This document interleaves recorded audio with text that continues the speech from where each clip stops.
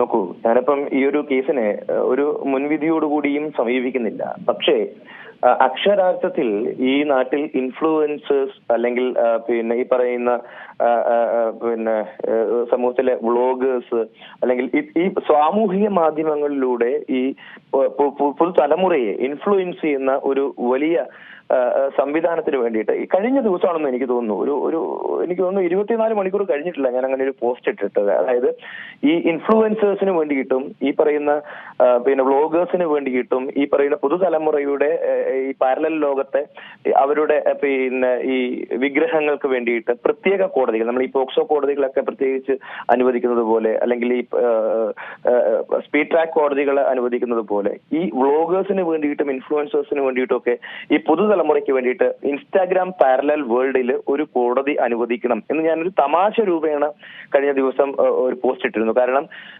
എല്ലാ ദിവസവും നിങ്ങൾ ശ്രദ്ധിക്കൂ, രാവിലെ എഴുന്നേൽക്കുമ്പോൾ ഒരു വാർത്ത ഒരു ഇൻഫ്ലുവൻസറിനെ അല്ലെങ്കിൽ ഒരു വ്ളോഗറിനെ അല്ലെങ്കിൽ ഒരു ഈ പറയുന്ന പുതുതലമുറയുടെ ആരാധന വിഗ്രഹങ്ങളെ ഈ പറയുന്ന വളരെ ഹീനമായിട്ടുള്ള കുറ്റകൃത്യത്തിന് അറസ്റ്റ് ചെയ്യുന്ന അല്ലെങ്കിൽ കേസെടുക്കുന്ന ഒരു സാഹചര്യം നമ്മുടെ നാട്ടിൽ കൂടി വരികയാണ്.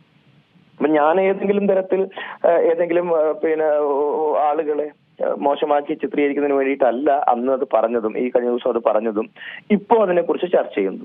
പക്ഷെ നമ്മൾ ശ്രദ്ധിക്കേണ്ട വളരെ വളരെ വളരെ പക്വമായിട്ടുള്ള ഒരു കാര്യം, ഈ നാട്ടിൽ വിദ്യാഭ്യാസമില്ല, കറുത്തവനാണ്, അധകൃതനാണ്, അതുപോലെ തന്നെ ദളിതനാണ് എന്നൊക്കെ പറയുമ്പോൾ കിട്ടുന്ന വലിയൊരു അക്സെപ്റ്റൻസ് ഉണ്ട്. അത് പ്രത്യേകിച്ച് ഈ പുതുതലമുറയുടെ ഒരു അത്തരം ഒരു ചിന്താഗതിയിലേക്ക് പുതുതലമുറയെ കൊണ്ടുപോയി വെച്ചിരിക്കുന്ന ഒരു സാഹചര്യം നമ്മുടെ മുന്നിലുണ്ട്. ഏറ്റവും ഒടുവിലത്തെ ഉദാഹരണം എടുത്ത് നോക്കിക്കഴിഞ്ഞാൽ ഞാൻ ഈ കാര്യം എഴുതിയിട്ടുള്ളത് നമ്മുടെ കൃഷ്ണകുമാറിന്റെ മകളുടെ പിന്നെ സ്ഥാപനവുമായി ബന്ധപ്പെട്ട് നടന്നിരിക്കുന്ന ഒരു QR കോഡ് മാറ്റിയുമായി ബന്ധപ്പെട്ട് ലക്ഷങ്ങളുടെ തട്ടിപ്പ്, 49 ലക്ഷത്തിൽ അപ്പുറത്തേക്ക് ഒരു തട്ടിപ്പ് അവർ നടത്തുകയും അവർ ഈ പറയുന്ന മജിസ്ട്രേറ്റ് കോടതി മുതൽ ഹൈക്കോടതി വരെ വന്നിട്ടും അവരുടെ ജാമ്യം നിഷേധിക്കുന്ന ഒരു സാഹചര്യം. ഈ ഘട്ടങ്ങളിലൊക്കെ ഈ കുറ്റകൃത്യം വളരെ കൃത്യമായ കരുതലോടുകൂടി ഇന്റൻഷനോടുകൂടി ഇവർ നടത്തിയിട്ടുള്ള ഈ കുറ്റകൃത്യങ്ങൾക്ക് ഒരു മറയാക്കി ഇവർ പറഞ്ഞിരിക്കുന്നത് ഈ ഘട്ടങ്ങളിലൊക്കെ ഞങ്ങളെ കാണാൻ പറ്റില്ല, വളരെ മോശമായിട്ടുള്ള വളരെ കറുത്തവരാണ്, സ്കിന്നിന്റെ നിറം ഇതാണ്, ഞങ്ങൾ ദളിതരാണ്, ഞങ്ങൾ മുക്കുവരാണ്, ഞങ്ങൾക്ക് മറ്റ് വിദ്യാഭ്യാസമില്ല എന്നുള്ളതൊക്കെയാണ്. അപ്പം അതൊരു ഡിഫൻസായി എടുത്തുകൊണ്ട് ഒരുപാട് ആളുകൾ ഇത്തരം കാര്യങ്ങളിലേക്ക് മാറുന്നു, അത് അവർക്കൊരു വളമായി മാറുന്നു എന്നുള്ള ഒരു സാഹചര്യം ഇപ്പോൾ നിലവിൽ നാട്ടിലുണ്ട് എന്നുള്ളത് ഒരു പരസ്യമായ രഹസ്യമാണ്. അതൊരു ഡിഫൻസ് ആണ് പലർക്കും ഇപ്പോൾ എന്നുള്ളത് പറയാതെ വയ്യ. ഞാനത് വേടനിലേക്ക് നേരിട്ട് എത്തുന്നില്ല എങ്കിൽ പോലും അത്തരത്തിൽ ഒരു ദൗർഭാഗ്യകരമായിട്ടുള്ള ഒരു സാഹചര്യം നമ്മുടെ നാട്ടിൽ ഉണ്ട് എന്ന് പറയാതിരിക്കാൻ വേണ്ടി വയ്യ.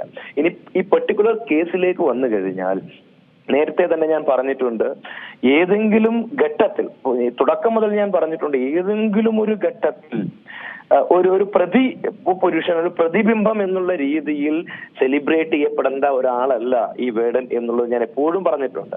അത് പണ്ട് ബിനീഷ് ബാസ്റ്റിന്റെ കാര്യത്തിലായാലും, പണ്ട് കോളേജിൽ പോയിട്ട് വരുന്ന ഘട്ടത്തിലുള്ള കാര്യത്തിലായാൽ പോലും ഇന്ന് വേടനിലെത്തി നിൽക്കുമ്പോഴും ഞാൻ പറഞ്ഞിട്ടുണ്ട്.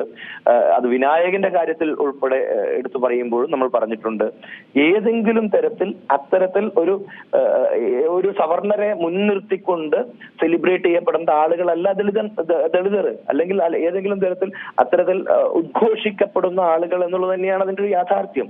അപ്പൊ അവരുടെ ഒരു ഇപ്പൊ കഞ്ചാവ് വലിച്ചതിനോ അല്ലെങ്കിൽ ഏതെങ്കിലും തരത്തിലുള്ള ഡ്രഗ്സ് ഉപയോഗിച്ചതിനോ നാർക്കോട്ടിക് കേസുള്ള ഒരു ആളോ എന്നുള്ളതിനൊക്കെ അപ്പുറത്തേക്ക് ആ സ്വത്വം വെച്ചുകൊണ്ട് മുതലെടുക്കുന്ന ആരായാലും അത് എതിർക്കപ്പെടേണ്ടതുള്ള എന്നുള്ളത് തന്നെയാണ്. ആ സ്വത്വം പറയണം, എവിടെ എപ്പോ എങ്ങനെ പറയണം എന്നുള്ളതൊക്കെ BR അംബേദ്കർ മുതൽ ഈ പറയുന്ന KR നാരായണൻ മുതൽ ജസ്റ്റിസ് KG ബാലകൃഷ്ണൻ മുതലുള്ള ആളുകളൊക്കെ നമ്മുടെ നാട്ടിൽ പറഞ്ഞു വെച്ചിട്ടുണ്ട്. അതായത് ഈ ഇന്ത്യ മഹാരാജ്യത്തിന്റെ ആദ്യത്തെ ദളിത് പ്രസിഡന്റ്, ഇന്ത്യ മഹാരാജ്യത്തിന്റെ ആദ്യത്തെ സുപ്രീം കോടതി ചീഫ് ജസ്റ്റിസ് എല്ലാം കേരളത്തിൽ നിന്നാണ്. ഇവരൊക്കെ ദളിതരായിട്ടുള്ള ആളുകളാണ്, ഇവരൊക്കെ സ്കിൻ ടോൺ ആ ഒരു ഇതിൽ വന്നിട്ടുള്ള ആളുകളൊക്കെയാണ്. അവർ സെലിബ്രേറ്റ് ചെയ്യപ്പെട്ടിട്ടുണ്ട്. അവരിന്നും കാലാന്തരങ്ങളോളം ഈ പറയുന്ന ഇന്ത്യയുടെ ചരിത്രത്തിൽ തിളങ്ങി തന്നെ നിൽക്കും ഈ ഒരു കാരണങ്ങൾ കൊണ്ട്. പക്ഷെ അപ്പോഴും ഞാൻ 10ാം ക്ലാസ് വരെ പഠിച്ചിട്ടുള്ളൂ, എനിക്ക് വിദ്യാഭ്യാസമില്ല, എനിക്ക് എന്താണ് എന്റെ നിറം കറുപ്പാണ് എന്നൊക്കെ പറഞ്ഞുകൊണ്ട് അത് ഉദ്ഘോഷിച്ചുകൊണ്ട് ആ സ്വത്വം മാത്രം മുൻനിർത്തിക്കൊണ്ട് വരുന്ന ആളുകളെ ഒന്ന് കരുതലോടെ സൂക്ഷിക്കണം എന്നുള്ളത് നേരത്തെ പറഞ്ഞു വെച്ചിട്ടുള്ളതാണ്. അതും ഇപ്പോൾ വേടനെതിരെ വന്നിരിക്കുന്ന ബലാത്സംഗ കേസുമായി പ്രത്യക്ഷ മറ്റ് ബന്ധങ്ങളൊന്നും ഇല്ല എങ്കിൽ പോലും ഞാൻ പറഞ്ഞു വരുന്നത് മലയാള പൊതുസമൂഹത്തിന്, ഇൻസ്റ്റഗ്രാം പാരലൽ ലോകത്തിന്, പുതിയ തലമുറയ്ക്ക് അത്തരത്തിലൊരു മെസ്സേജ് കൊടുക്കുന്നത് പോലെ ആയിരുന്നു ഈവൻ സ്റ്റേറ്റ് ഗവൺമെന്റിന്റെ ഈ ഇടക്കാലത്തുണ്ടായിട്ടുള്ള ചില നീക്കങ്ങൾ എന്ന് വരെ പറയാതിരിക്കാൻ വയ്യ എന്നുള്ള ഒരു കാര്യം കൂടെ ഈ ഒരു ഘട്ടത്തിൽ പറഞ്ഞു വെക്കുകയാണ്. എന്തായാലും പോലീസ് അന്വേഷിക്കട്ടെ. ഈ ബലാത്സംഗ കേസുകളിൽ അല്ലെങ്കിൽ ബലാത്സംഗ ആരോപണ കേസുകളിൽ അത് 2 വർഷം എന്നുള്ളതല്ല അതിന്റെ ഡിലേ, അതിനി 50 വർഷമായാൽ പോലും അതേ ഗ്രാവിറ്റിയിൽ തന്നെ അതൊരു ഒഫൻസായി നിൽക്കും. അതായത് ഈ ബലാത്സംഗം അനുഭവിക്കപ്പെടുന്ന ഒരു ഇര അല്ലെങ്കിൽ ബലാത്സംഗത്തിന് ഇരയാക്കപ്പെട്ടിട്ടുള്ള ഒരു സ്ത്രീ, ആ സ്ത്രീ അവരുടെ ട്രോമ അത് എത്ര വർഷങ്ങൾ കഴിഞ്ഞു കഴിഞ്ഞാലും അതേ ഗ്രാവിറ്റിയിൽ തന്നെ ഉണ്ടാകും. ഈ സാമൂഹിക സാഹചര്യങ്ങൾ പ്രത്യേകിച്ച് ഇവരെ പോലുള്ള ഒരാൾക്ക്, ഈ പറയുന്ന ഒരു ഡോക്ടറാണെന്നാണ് ഞാൻ മനസ്സിലാക്കുന്നത്, അങ്ങനെയാണെന്നുണ്ടെങ്കിൽ പലവിധ സാമൂഹ്യ സാഹചര്യങ്ങളായിരിക്കാം അവരെ ഈ 2 വർഷം ഇത് ഹൈഡ് ചെയ്ത് വെക്കാൻ അല്ലെങ്കിൽ ഇത് പുറത്ത് പറയാതിരിക്കാൻ അവരെ പ്രേരിപ്പിച്ചിട്ടുള്ളത്. കാരണം പ്രത്യേകിച്ച് ഒരു ഇലിറ്ററേറ്റ് ആയിട്ടുള്ള ഒരാള് പോലും ഇത് തുറന്നു പറയുമ്പോഴുണ്ടാകുന്ന സാമൂഹിക പ്രത്യാഘാതങ്ങൾ ഒരുപക്ഷെ അവർ ചിന്തിച്ചിട്ടുണ്ടാകാം. ഈ പറയുന്ന യുവ ഡോക്ടറാണ് എന്നുള്ളതൊക്കെ അവരുടെ കരിയർ, അവരുടെ വിദ്യാഭ്യാസം, അവരുടെ മറ്റ് വീട്ടിലെ പ്രശ്നങ്ങൾ, അത്തരം സാഹചര്യങ്ങളൊക്കെ ഈ വിഷയത്തിൽ ഈ ഡിലേയിൽ കൺസിഡർ ചെയ്യണം എന്നുള്ളത് തന്നെയാണ് കൃത്യമായിട്ട് സുപ്രീം കോടതി പോലും പറഞ്ഞു വെച്ചിട്ടുള്ളത്. അതുകൊണ്ട് ഈ 2 വർഷം ഡിലേ എന്നുള്ളതൊന്നും ഒരു 376 റേപ്പ് കേസിനെ സംബന്ധിച്ച് ഒരു ഡിലേ അല്ല. ഡിലേ അത് ഒരു തരത്തിലും ഏതെങ്കിലും തരത്തിൽ ഇതിന്റെ ഒരു സീരിയസ്നെസ്സിന് അല്ലെങ്കിൽ ഇതിന്റെ ഒരു ഗ്രാവിറ്റിയെ കുറയ്ക്കുന്നതുമല്ല എന്നുള്ളതാണ് യാഥാർത്ഥ്യം, നിയമപരമായിട്ടുള്ള യാഥാർത്ഥ്യം. അതുകൊണ്ട് തന്നെ ഈ വിഷയത്തിൽ നിർബന്ധമായിട്ടും എന്തായാലും ഈ പറയുന്ന റാപ്പർ ഏതെങ്കിലും തരത്തിൽ ഒരു വളരെ ഹയസ്റ്റ് പോസ്റ്റ് വന്നിട്ടുള്ള ഒരാളൊന്നുമല്ല.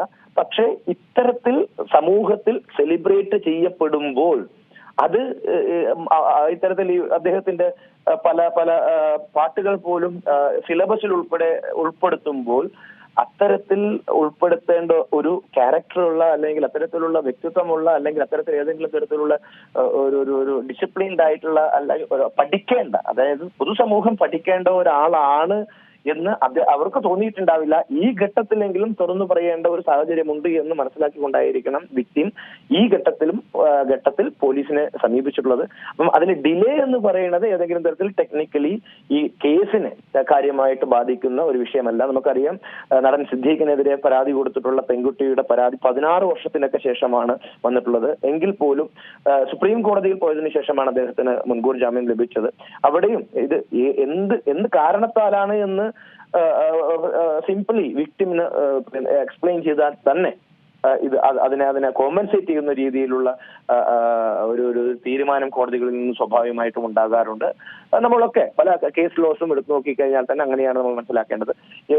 ഒരു തത്വത്തിൽ ഇത് കൊടുക്കുന്ന ഒരു മെസ്സേജ് എന്ന് പറയുന്നത് ഇവിടെ സെലിബ്രേറ്റ് ചെയ്യുന്ന ഒരു പാരലൽ ലോകം നമുക്ക് മുമ്പിൽ നമ്മുടെ കുഞ്ഞുങ്ങൾക്ക് മുമ്പിൽ ഉണ്ട് എന്നുള്ളത് തന്നെയാണ് ഒരു യാഥാർത്ഥ്യം.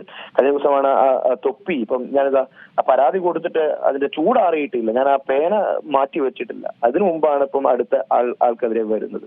നമ്മുടെ പൊതുസമൂഹം പിന്നെ ഒരു പാരലൽ വേൾഡിലുള്ള ഒരു സമൂഹത്തെ കൂടെ തിരിച്ചറിയേണ്ടിയിരിക്കുന്നു.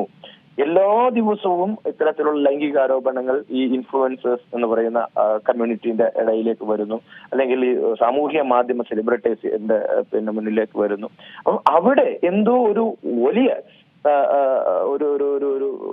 ഒരു പാകപ്പിഴ നടക്കുന്നുണ്ട്, അല്ലെങ്കിൽ ഒരു പ്രശ്നം അവിടെ ഉണ്ട് എന്നുള്ളതിനെ തിരിച്ചറിഞ്ഞുകൊണ്ട് അതിനെ തിരുത്താനുള്ള ഒരു ശ്രമങ്ങൾ സമൂഹത്തിന്റെ ഭാഗത്തുനിന്ന് ഉണ്ടാകണം.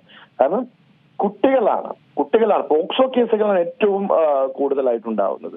ഏറ്റവും ഒടുവിൽ വിദേശത്ത് നിന്നൊരു ഇൻഫ്ലുവൻസറിനെ വിളിച്ചു കൊണ്ടുവന്ന് പോക്സോ കേസിൽ 15 വയസ്സുകാരിയാണ്, അതായത് 3 മക്കളും ഭാര്യയൊക്കെ ഉള്ള ഒരാളാണ്.